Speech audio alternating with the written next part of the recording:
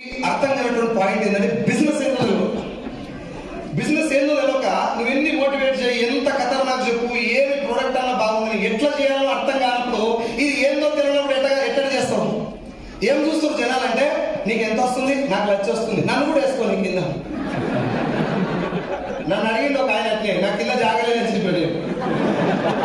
కింద వేసుకుంటూ వస్తే ఆదాయ పైసలు. ఆ ఊళ్ళో గ్రామ పంచాయతీలో పోరాడు ఉంటాడు నా క్లాస్మేట్. వాడికి పోయి నాకు కర్మకాల ప్లాన్ చెప్పిన ఒక రోజు అతగడ సేపు విన్నాడు. మొత్తం విన్నాక ఏముందిరా ఇలా జాయిన్ చేసుడే కదా అన్నాడు. నా కర్మ కాదు, నా దరిద్రం చెప్పి బుధభాగం గిట్ట కూర్చుంటే పైన గంతేరా అన్న. అట్లా అనొద్దు, నేను లెక్క కదా అదే అన్నా. తెలంగాణ చూస్తే ఆయన కింద 60 మంది జాయిన్ అయ్యారు. ఎంతమంది ఫోన్ చేసుకోవాలి, నేను 6 నెలలు కష్టపడితే 6 కూడా